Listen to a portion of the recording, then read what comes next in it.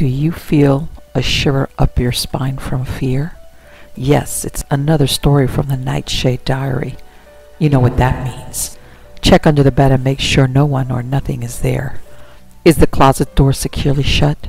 Then leave your disbelief behind, amp up your imagination, and hang on tight for another ride into terror and mystery. And like all good horror stories, just imagine it's a dark and stormy night. And remember, screaming like a little girl is permitted. The Question by Stanley Ellin. I am an electrocutioner. I prefer this word to executioner. I think words make a difference. When I was a boy, people who buried the dead were undertakers, and then somewhere along the way, they became morticians and are better off for it. Take the one who used to be the undertaker in my town. He was a decent, respectable man, very friendly if you let him be, but hardly anybody would let him be. Today, his son, who now runs the business, is not an undertaker but a mortician, and is welcome everywhere. As a matter of fact, he's an officer in my lodge, and is one of the most popular members we have. And all it took to do that was changing one word to another. The job's the same, but the word is different, and people somehow will always go by words rather than meanings. So, as I said, I am an electrocutioner, which is the proper professional word for it in my state, where the electric chair is the means of execution. Not that this is my profession. Actually, it's a sideline, as it is for most of us who perform executions. My real business is running an electrical supply and repair shop, just as my father did before me. When he died, I inherited not only the business from him, but also the position of state's electrocutioner. We established a tradition, my father and I. He was running the shop profitably even before the turn of the century, when electricity was a comparatively new thing, and he was the first man to perform a successful electrocution for the state. It was not the state's first electrocution, however. That one was an experiment and was badly bungled by the engineer who installed the chair in the state prison. My father, who had helped install the chair, was the assistant at the electrocution, and he told me that everything that could go wrong that day did go wrong. The current was eccentric, his boss froze on the switch, and the man in the chair was alive and kicking at the same time he was being burnt to a crisp. The next time my father offered to do the job himself, rewired the chair and handled the switch so well that he was offered a job of official electrocutioner. I followed in his footsteps, which is how tradition is made, but I'm afraid this one ends with me.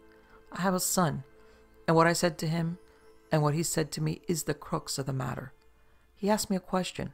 Well, in my opinion, it was the kind of question that's at the bottom of most of the world's troubles today. There are some sleeping dogs that should be left to lie. There are some questions that should not be asked. To understand all this, I think you have to understand me, and nothing could be easier. I'm 60, just beginning to look my age, a little overweight, suffer sometimes from arthritis when the weather is damp. I'm a good citizen, complain about my taxes but pay them on schedule, wrote for the right party and run my business well enough to make a comfortable living from it. I've been married 35 years and never looked at another woman in all that time. Well, looked maybe, but no more than that. I have a married daughter and a granddaughter, almost a year old, and the prettiest motherless baby in town. I spoil her, and don't apologize for it, because in my opinion, that is what grandfathers were made for, to spoil their grandchildren. Let Mama and Papa attend to the business. Grandpa is there for the fun. And beyond all that, I have a son who asks questions, the kind that shouldn't be asked. Put the picture together, and what you get is someone like yourself. I might be your next door neighbor. I might be your old friend. I might be the uncle you meet whenever the family gets together at a wedding or funeral. I'm like you. Naturally, we all look different on the outside, but we can still recognize each other on sight as the same kind of people. Deep down inside where it matters, we have the same feelings, and we know that without any questions being asked about them. But, you might say, there is a difference between us. You're the one who performs the executions, and I'm the one who reads about them in the papers, and that's a big difference, no matter how you look at it. Is it? Well, look at it without prejudice. Look at it with absolute honesty, and you'll have to admit that you're being unfair. Let's face the facts. We're all in this together. If an old friend of yours happens to serve on a jury that finds a murderer guilty, you don't lock the door against him, do you? More than that, if you get an introduction to the judge who sentences that murderer to the electric chair, you'd be proud of it, wouldn't you? You'd be honored to have him sit at your table, and you'd be quick enough to let the world know about it. And since you're so willing to be friendly with the jury that convicts and the judge that sentences, what about the man who has to pull the switch? He's finished the job you wanted done. He's made the world a better place for it. Why must he go and hide away in a dark corner until the next time he's needed? There's no use denying that nearly everybody feels he should. And there's less use denying that it's a cruel thing for anyone in my position to face. If you don't mind some strong language, it's a damn outrage to hire a man for an unpleasant job and then despise him for it. Sometimes it's hard to abide such righteousness. How do I get along in the face of it? The only way possible. By keeping my secret locked up tight and never being tempted to give it away. I don't like it that way, but I'm no fool about it. The trouble is that I'm naturally easygoing and friendly. I'm the sociable kind. I like people, and I want them to like me. At lodge meetings or in the clubhouse down at the golf course, I'm always the center of the crowd, and I know what would happen if at any such time I ever opened my mouth and let that secret out. A 5-minute sensation, and after that, the slow chill setting in. It would mean the end of my whole life then and there, the kind of life I want to live, and no man in his right mind throws away 60 years of his life for a 5-minute sensation. You can see I've given the matter a lot of thought. More than that, it hasn't been idle thought. I don't pretend to be an educated man, but I'm willing to read books on any subject that interests me, and the execution has been one of my main interests ever since I got into the line. I have the books sent to the shop where nobody takes notice of another piece of mail, and I keep them locked in a bin in my office so that I can read them in private. That's a nasty smell, but having to do it this way. At my age, you hate to feel like a kid hiding himself away to read a dirty magazine, but I have no choice. There isn't a soul on earth outside of the warden at the state prison and a couple of picked guards there who know I'm the one pulling the switch at an execution, and I intend it to remain that way. Oh, yes, my son knows now. Well, he's difficult in some ways, but he's no fool. If I wasn't sure he would keep his mouth shut about what I told him, I wouldn't have told it to him in the first place. Have I learned anything from those books? At least enough to take a pride in what I'm doing for the state and the way I do it. As far back in history as you want to go, there have always been executioners. The day that men first made laws to help keep peace among themselves was the day the first executioner was born. There have always been lawbreakers. There must always be a way of punishing them. It's as simple as that. The trouble is that nowadays there are too many people who don't want it to be as simple as that.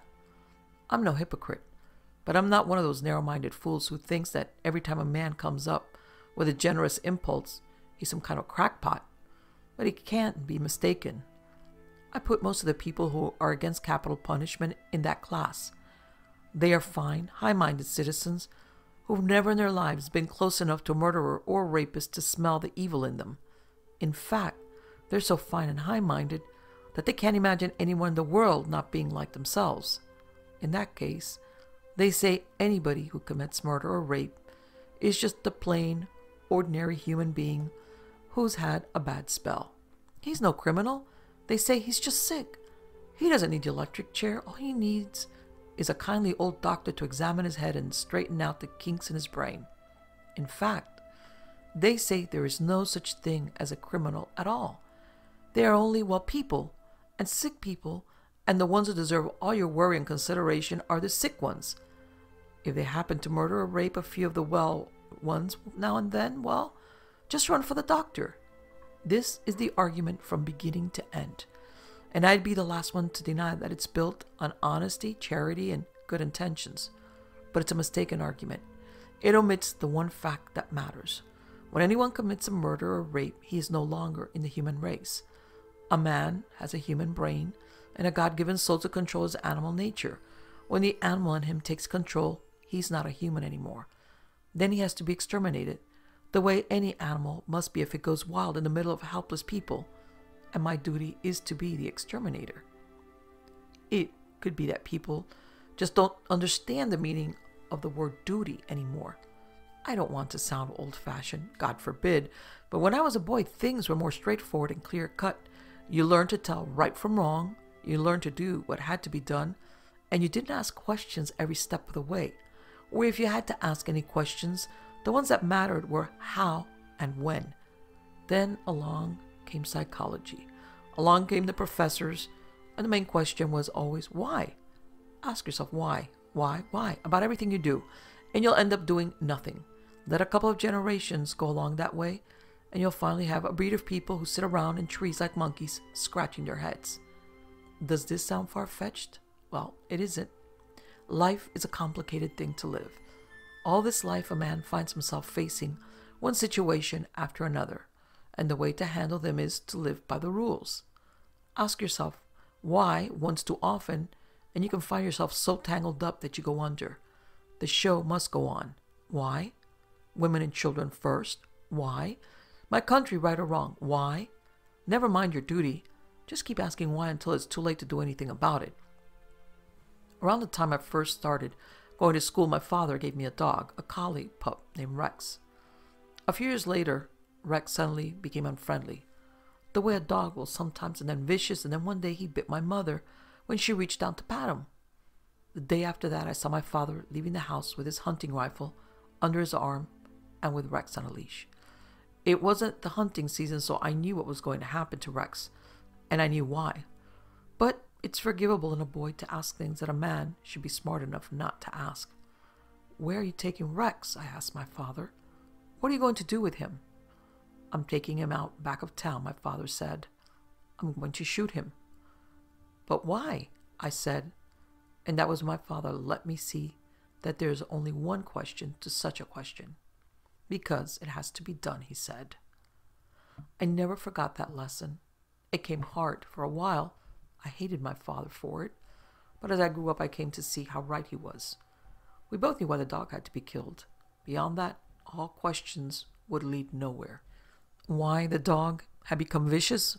Why God had put a dog on earth to be killed this way? These are the questions that you can talk out to the end of time, and while you're talking about them, you still have a vicious dog on your hands. It is strange to look back and realize now that when the business of the dog happened, and long before it, and long after it, my father was an electrocutioner, and I never knew it. Nobody knew it, not even my mother. A few times a year, my father would pack his bag and a few tools and go away for a couple of days. But that was all any of us knew.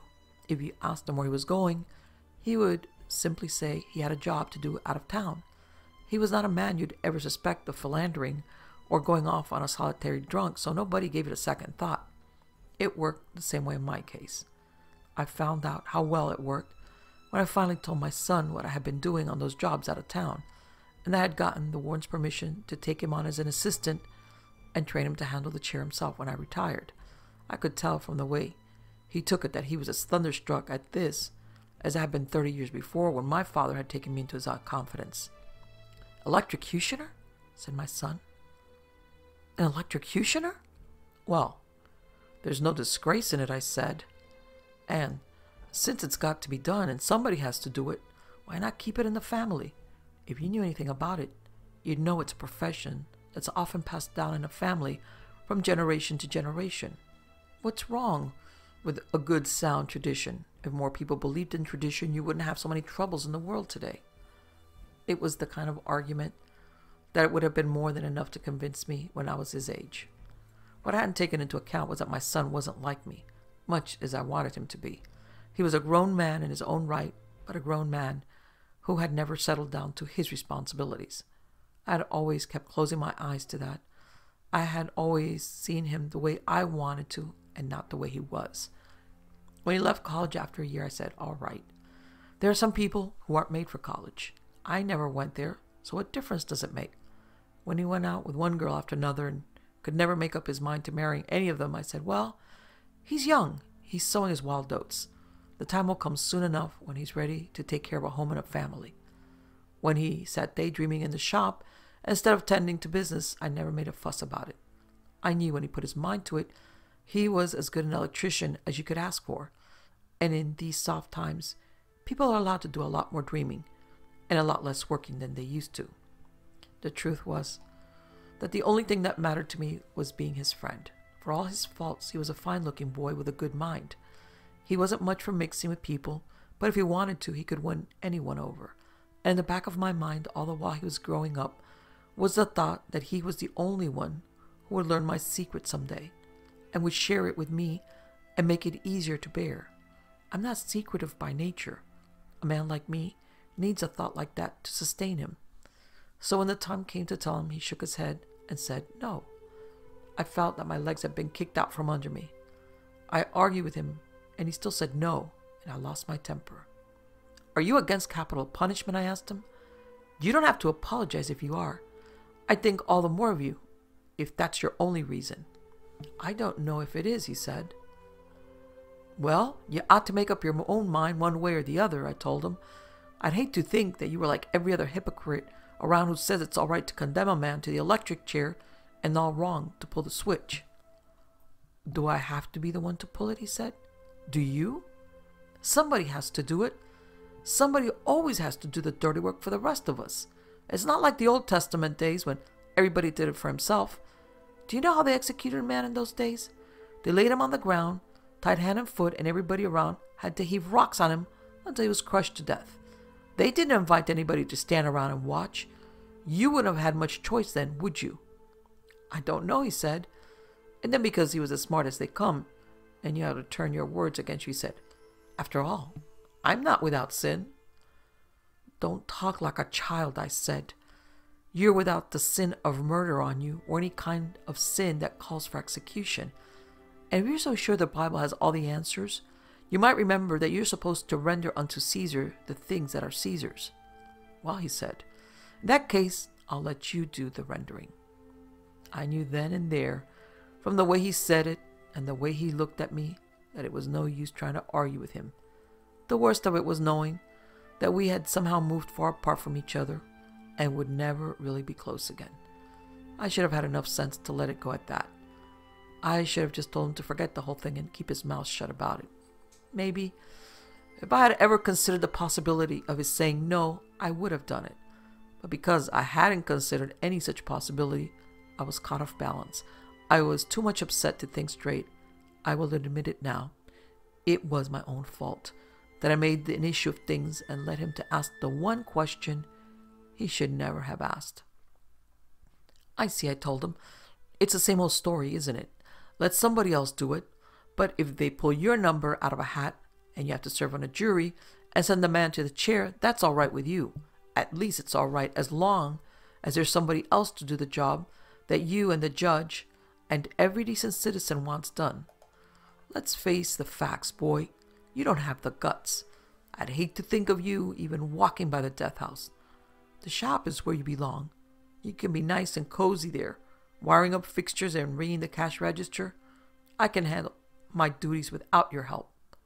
It hurt me to say it. I never talked like that to him before, and it hurt. The strange thing was he didn't seem angry about it. He only looked at me puzzled. Is that all it is to you, he said, a duty? Yes. But you get paid for it, don't you? I get paid little enough for it. He kept looking at me that way. Only a duty, he said, and never took his eyes off me. But you enjoy it, don't you? That was the question he asked. You enjoy it, don't you? You stand there looking through a peephole in the wall at the chair. In 30 years, I have stood there more than 100 times looking at the chair. The guards bring somebody in. Usually he's in a daze. Sometimes he screams, throws himself around and fights. Sometimes it's a woman, and a woman can be as hard to handle as a man when she is led to the chair. Sooner or later, whoever it is strapped down, and the black hood is dropped over his head. Now your hand is on the switch. The warden signals, and you pull the switch. The current hits the body like a tremendous rush of air, suddenly filling it. The body leaps out of the chair, with only the straps holding it back. The head jerks, and a curl of smoke comes from it. You release the switch, and the body falls back again. You do it once more, do it a third time to make sure, And whenever your hand presses a switch, you can see in your mind what the current is doing to that body and what the face under the hood must look like. Enjoy it? That was a question my son asked me. That was what he said to me, as if I didn't have the same feelings deep down in me that we all have. Enjoy it? But my God, how could anyone not enjoy it? The Refugee by Jane Rice. The trouble with the war, Millie Cushman thought, as she stared sulkily through streaming French windows into her rain-drenched garden, was that it was so frightfully boring. There weren't any men anymore. Interesting ones, that is, or parties, or little pink cocktails, or Café Royale, or long-stem roses wrapped in crackly green wax paper. There wasn't even a decent hairdresser left. She had been a fool to stay on, but it had seemed so exciting.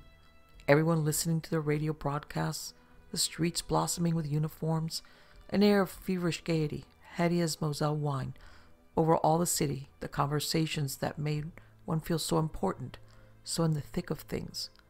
Would the Maginot Line hold? Would the British come? Would the Low Countries be invaded? Was it true America had issued an ultimatum? Subjects that now were outdated as Gatling guns. It had been terrifically stimulating being asked for her opinion. As an American, of course, she hadn't come home for a number of years and considered herself a true cosmopolite, freed from the provincialities of her own country. But still, it had been nice, in those first flurried jack-in-the-box days of the war, to be able to discourse so intelligently on Americana. It had been such fun. Momentarily, Millie's eyes sparkled, remembering. The sparkle faded and died. Then unexpectedly the city had become a gaunt, gray ghost. No, not a ghost. A cat. A gaunt, gray cat with its bones showing through it as it crouched on silent haunches and stared unwinkingly before it, like one of those cats that hung around the alley barrels of the better hotels, or used to hang. Cook the cat bore a striking resemblance to a rabbit. Overnight, a hush had fallen on everything. It was as though the city had gasped in one long, last, labored, dying breath, and had held it. One could feel it in the atmosphere, almost like a desperate pounding. For some inexplicable reason, it reminded her of her childhood, when she had played a game as the street lights began to bloom in the gathering dusk. If I can hold my eyes open without blinking, she would tell herself, until the last one is lighted, I'll get a new doll, or a new muff, or a new hair ribbon, or whatever it might be she wanted. She could still recall that exhausted sense of time running out as the final lights went on. Most always she had won. Sometimes she hadn't, but most always she had, by the skin of her teeth. It would be perfectly horrid if this was one of the times when she didn't win. If she had to stay on, trotting back and forth, seeing about that idiotic visa and saving her hairpins and soap ends and things, it wasn't going to be too utterly stultifying. It was fortunate that she had the perception to realize, before it was too late, who were the right people to know. It helped, although in these days the right people didn't fare much better than the wrong ones. Millie used fair in its strictest interpretation.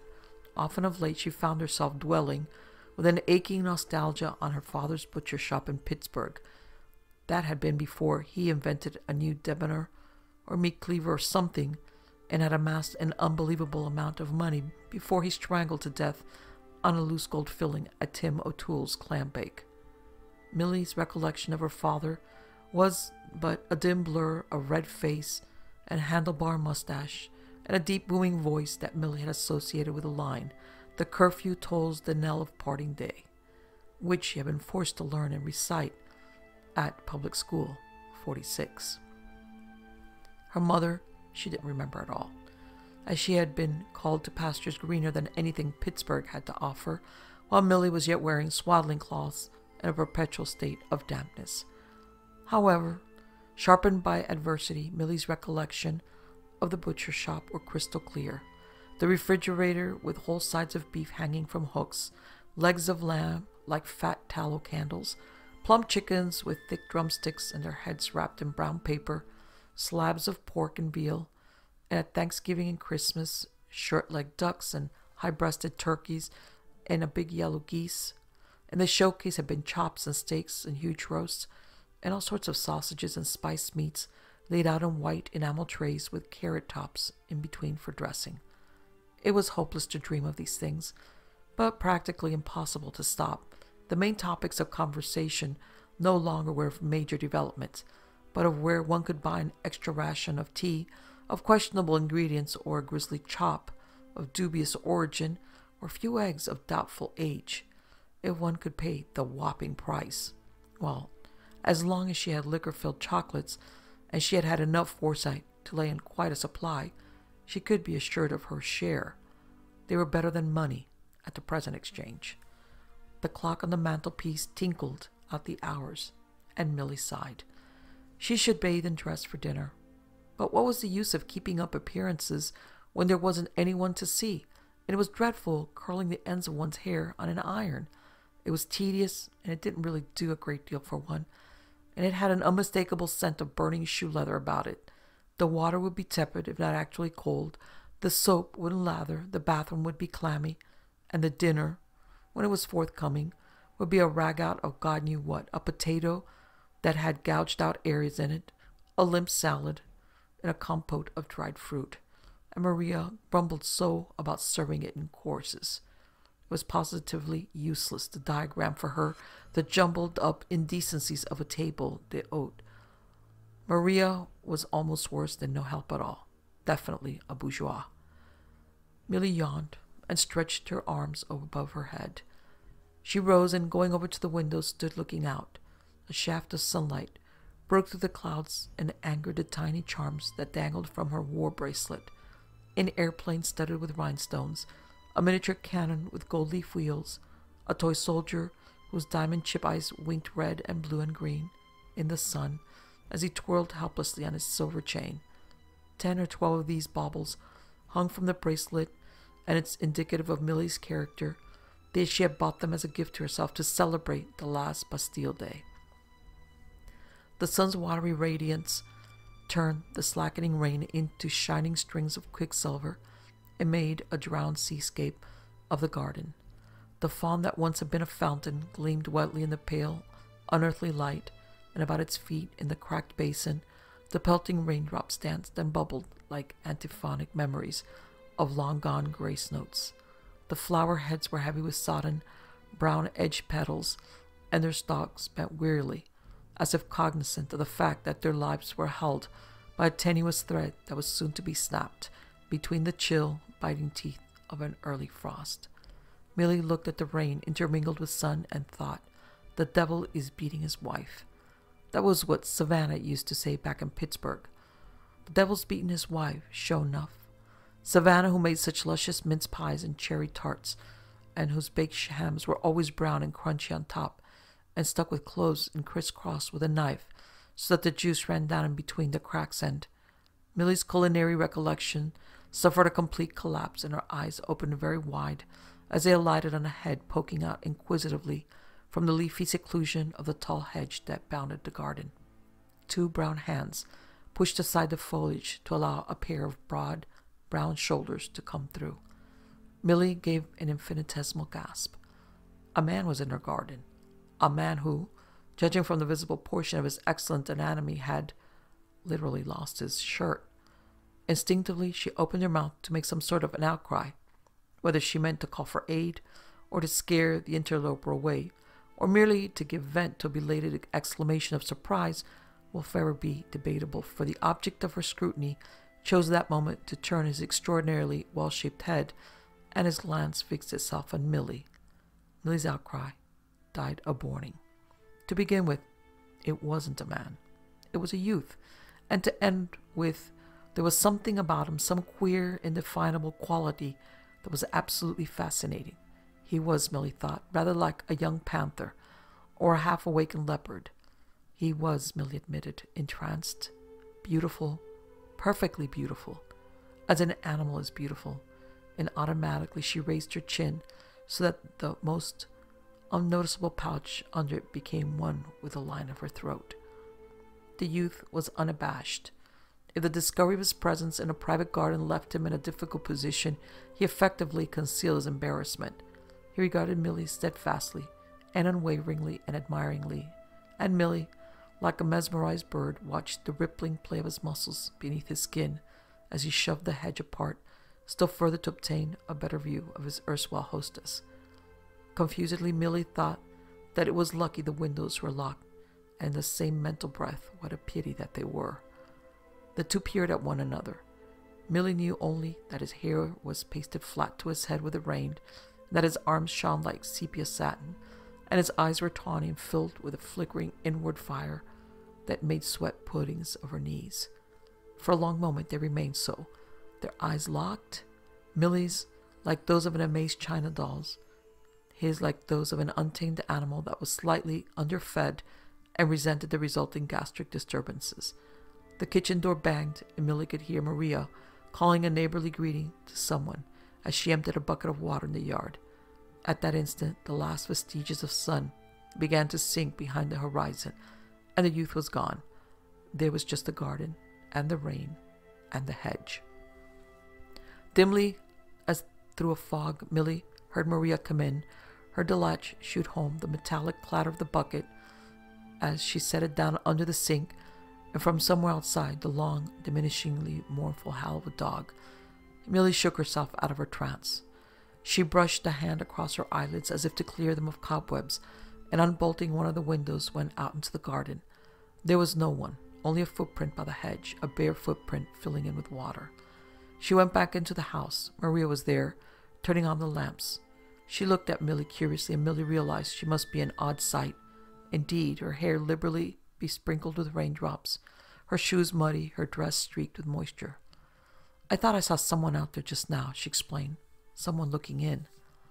"The police, probably," Maria said dourly. "The police have no notion of privacy."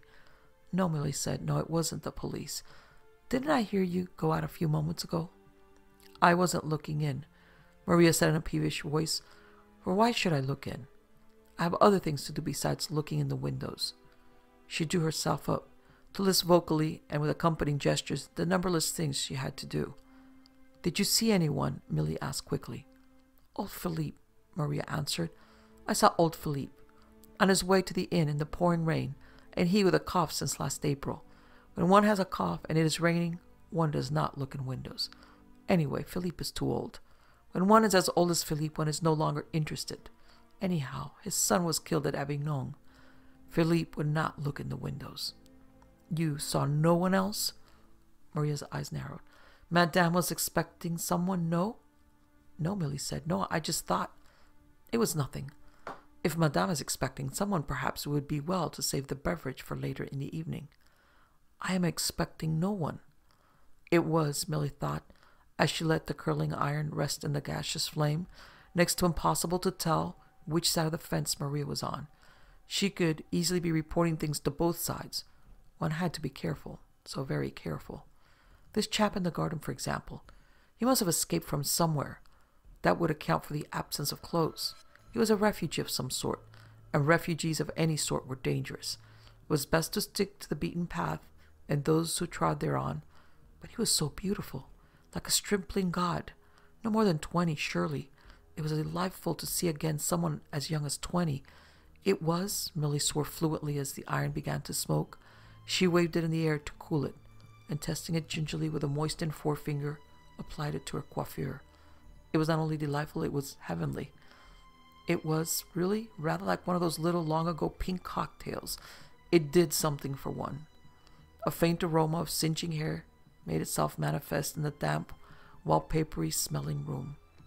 Millie considered the refugee from every angle as she ate her solitary dinner, and afterward, as she reclined on her chaise lounge, idly turning the pages of a book selected at random, and while she was disrobing for bed, and even when she was giving the under part of her chin the regulation number of backhanded slaps, a ritual that as a rule occupied her entire attention. Slipping into her dressing gown, she opened her window and leaned out, chin in hands, elbows on the sill. The moon rode in the sky, a hunted thing, dodging behind wisps of tattered cloud, and the air was heavy and wet and redolent of dying leaves. The moon was a ghostly galleon. Millie quoted, feeling somehow frail and immensely poetic. She smiled a sad, fragile smile, in keeping with her mood, and wondered if the refugee also was having a lonely rendezvous with the moon, lying on his back in some hidden spot thinking possibly of her. Her reverie was broken sharply by Maria's voice, shattering the stillness of the night. It was followed by a cascade of water. "What on earth are you doing?" Millie called down exasperatedly. "There was an animal out here," Maria yelled back, equally as exasperated, "trampling in my mulch pile." Millie started to say, "Don't be ridiculous, go to bed." But the sentence froze on her lips as she remembered the refugee. He had come back. Maria had thrown water on him. He had returned full of, well, hope for refuge maybe, and Maria the dolt had chased him away. "Wait!" she called frenziedly into the darkness. "Wait! Oh, please, wait!" Maria, thinking the command was for her, had waited, although the pleas had astonished her somewhat. Muttering under her breath, she had led her strangely overwrought mistress into the kitchen garden and had pointed out with pardonable pride the footprints in her mulch pile, padded footprints with claws. "I saw the eyes," she said, "great, gleaming yellow ones, shining in the light, when I started to pull the scullery blinds. Luckily, I had a pot of water handy, and I jerked open the door and—" But her mistress wasn't listening. In truth, for one originally so upset, she had regained her composure with remarkable rapidity. "Undoubtedly the Trudeau's dog," she said, with a total lack of interest. "The Trudeau's dog is a Pomeranian," Maria said determinedly. "No matter," Millie said. "Go to bed, Maria." Maria went, mumbling to herself a curious litany in which the word Pomeranian was ever and anon distinguishable, and pronounced with expletive force. Millie awakened to find her room bright with sun, which was regrettable, as it drew attention to the pattern of the rug and the well-worn condition of the curtains.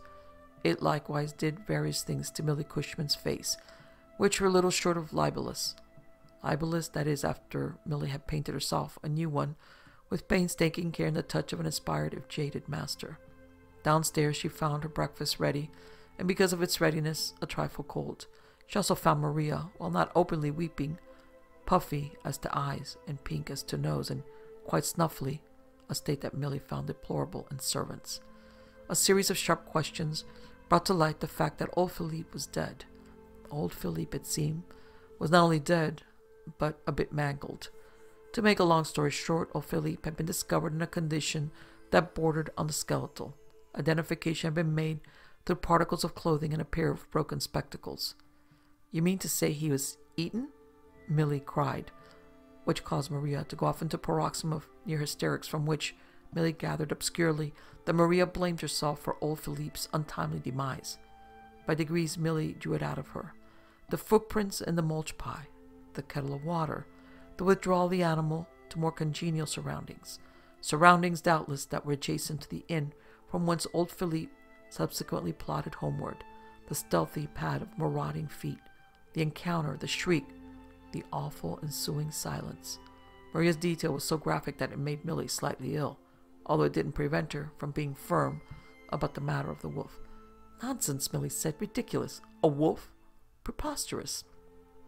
Maria explained about the bloody footprints leading away from the scene of slaughter. Footprints much too large for a dog. Enormous footprints. "No doubt it was an enormous dog," Millie said coldly. "The natural habitat of a wolf is a forest, not a paved street." Maria opened her mouth to go even further into detail, but Millie effectively shut it for her by a reprimand that, like the porridge of the smallest of the three bears, was neither too hot nor too cold, but just right. After all, Millie thought, old Philippe was better off. In all probability he hadn't suffered a great deal. Most likely he had died of shock first. One more, one less. What difference did it make? Especially when one was as old as old Philippe. At least he had lived his life, while she, with so much life yet to be lived, was embalmed in a wretched sort of flypaper existence that adhered to every inch of her no matter how hard she pulled. That visa. She would have to see about it again tomorrow, and the tea supply was disastrously low, and his horrible toast made of horrible bread that was crumbly and dry and tasted of sawdust, and her last bottle of eau de cologne practically gone, and she couldn't eat this mess in front of her. Millie got up and went into the parlor. She flung wide the French windows and petulantly surveyed the garden. She had rented the place because of the garden. Such a lovely setting for informal teas, she had thought, and impromptu chafing dish suppers on the flagstones with candlelight and thin, graceful stemmed glasses. She had pictured herself in appropriate attire, cutting flowers and doing whatever it was one did with peat moss. And now look at the thing. Just look at it. Millie looked at it. Her breath went out of her. She drew it in again with an unbecoming wheeze. One hand flew to her throat. In the garden, fast asleep, curled up in a ball under the hedge, was the refugee, all dappled with shadows and naked as the day he was born. This time, it must be noted, in all fairness, Millie didn't open her chops. If an outcry was in her, it wasn't strong enough to register on her reflexes. Her eyes blinked rapidly, as they always did when Millie was thinking fast, and when she recrossed the parlor and walked down the hallway into the kitchen, her heels made hard staccato sounds on the flooring, as they always did when Millie had reached a decision. Millie's decision made Maria as happy as could be, under the circumstances, and 10 minutes later, reticule in hand, Maria departed for the domicile of her married niece's husband's aunt, who was a friend of old Philippe's widow, and consequently would be in possession of all the particulars. It would be more than appreciate a helping hand and an attentive ear over the weekend. Millie turned the key behind her. Lightly she ran to the scullery closet and took down from a nail a pair of grass-stained pants that belonged to a gardener who had been liquidated before he had a chance to return for his garment. Carrying the trousers over her arm, she retraced her steps to the parlor and through the double French windows. Quiet as she was, her unbidden guest was awake as soon as her foot touched the first flagstone. He didn't move a muscle. He just opened his eyes and watched her with the easy assurance of one who knows he can leave whenever he wants to and several jumps ahead of the nearest competitor. Millie stopped. She held out the pants. "For you," she said. She gave them a toss. The boy, his queer light eyes watching her every movement, made no attempt to catch them. "Put them on," Millie said. She hesitated. "Please," she said, adding, "I am your friend." The boy sat up. Millie hastily turned her back. "Tell me when you get them on," she ordered. She waited and waited and waited, and hearing not the faintest rustle, cautiously swiveled her head around. Once again she drew in her breath, and the wheeze was very nearly an eek, for not 6 inches away was her visitor. His lips pulled over his teeth in a rather disconcerting smile, his eyes like glittering nuggets of amber.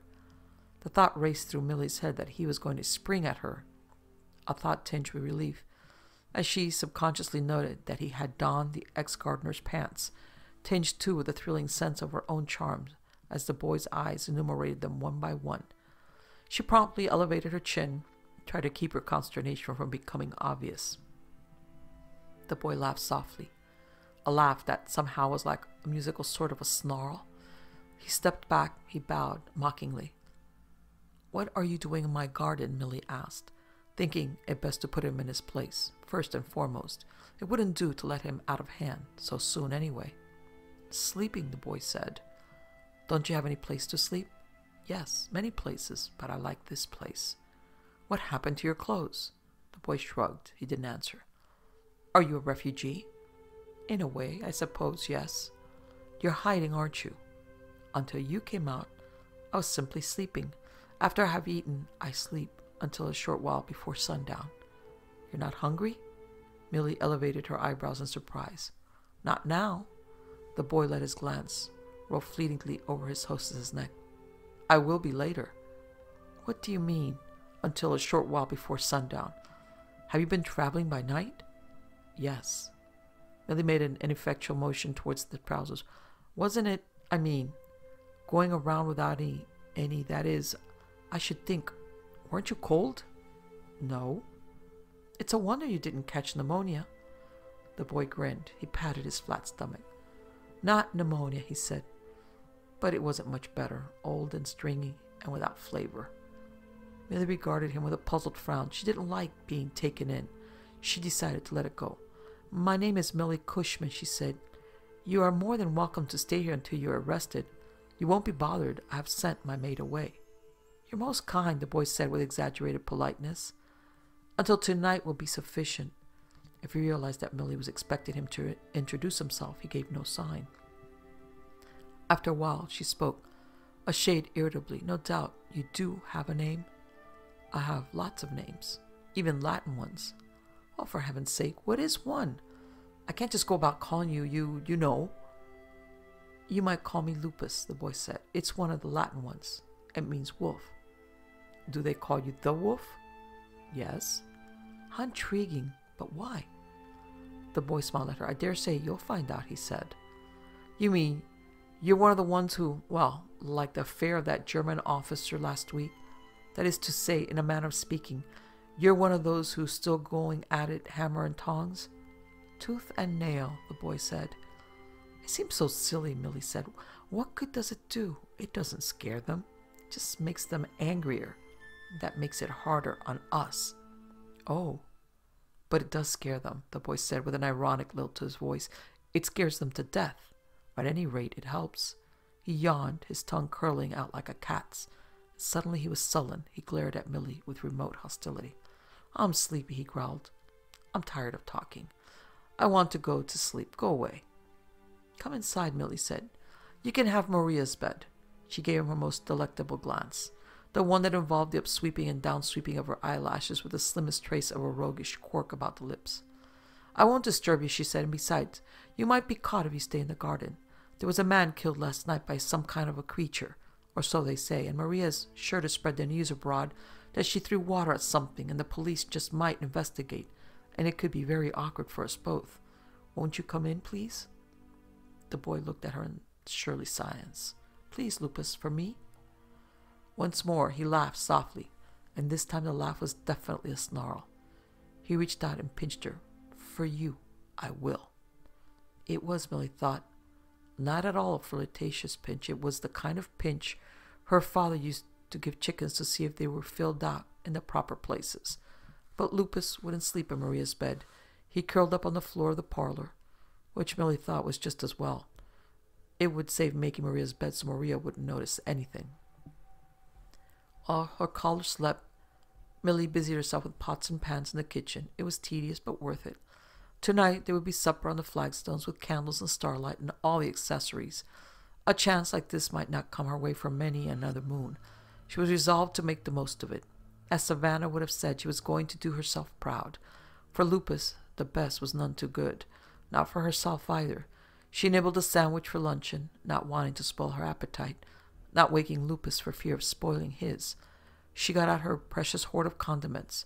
She scanned the fine printed directions on boxes. Meticulously she read the instructive leaflet enclosed in her paper bag of tan-barky appearing flour. She took off her bracelet, rolled up her sleeves, and went to work, humming happily to herself, a thing which she hadn't done for months. She scraped, peeled, measured, sifted, chopped, stirred, beat, and folded. Some fairly credible muffins emerged from under her unaccustomed and amateurish fingers, a dessert that wasn't bad at all, and a salad that managed to give the impression of actually being a salad, which bordered on the miraculous. The day slowly drew to a close, and Millie was quite startled to find the hours had passed with such swiftness, so swiftly that her initial awareness of their passing was caused by the advent of a patently ill-humored Lupus. "Oh dear," Millie said, "I didn't realize. Is it late?" "No," Lupus said, "it's growing early. The sun is going down." "Are you hungry? I'm fixing some things I think will be rather good." "I'm ravening," Lupus said. "Let's go watch the sunset." Millie put her hands up to her coiffure, coquettishly allowing her sleeves to fall away from her round white arms. "Wait till I fix my hair. I must be a sight." "You are," Lupus agreed, his eyes glistening, "and I won't have to wait much longer." Effortlessly he moved across and stood over Millie, devouring her with an all-encompassing gaze. "Won't you have one of these?" Millie asked hurriedly, hoping his impetuosity wouldn't brim over too abruptly. She shoved a box of liqueur-filled chocolates at him. "There's no such thing as a cocktail anymore. Come along, we'll eat them on the sofa. It's cozier." But Lupus wasn't interested in the chocolates. In the parlor he stretched his long, supple length on the floor and contemplated the garden, ablaze in the last rays of a dying sun. Millie plopped down beside him and began to rub his back, gently with long, smooth, even strokes. Lupus rolled his head over in a lazy, indifferent pleasure and looked up at her with a hunger that would have been voluptuous if it hadn't been so stark. "Do you like that?" Millie whispered. For a reply, Lupus opened his mouth and yawned, and into it Millie dropped the chocolate, while at the same instant she jabbed him savagely with a hairpin. The boy sucked in his breath with a pained howl, and a full 8 minutes before the sun went down, Lupus had neatly choked to death on a chocolate whose liquor-filled insides contained a silver bullet from Millie Cushman's war bracelet. It had been, Millie told herself, a near thing, and it would have been ghastly if it hadn't worked. But it had worked, tra-la. Of course, it's good to reason that it would. After all, if at death a werewolf changed back into human form, why, logically the human form would, if in close personal contact with a silver bullet before sundown, metamorphosis into a wolf. It was marvelous that she happened to pick up the werewolf of Paris yesterday, and had given her insight, so to speak. It was extremely handy that she'd had all the butcher shop background. Millie wiped her mouth daintily with a napkin. How divinely full she was, and with Maria gone, she could have Lupus all to herself, down to the last delicious morsel.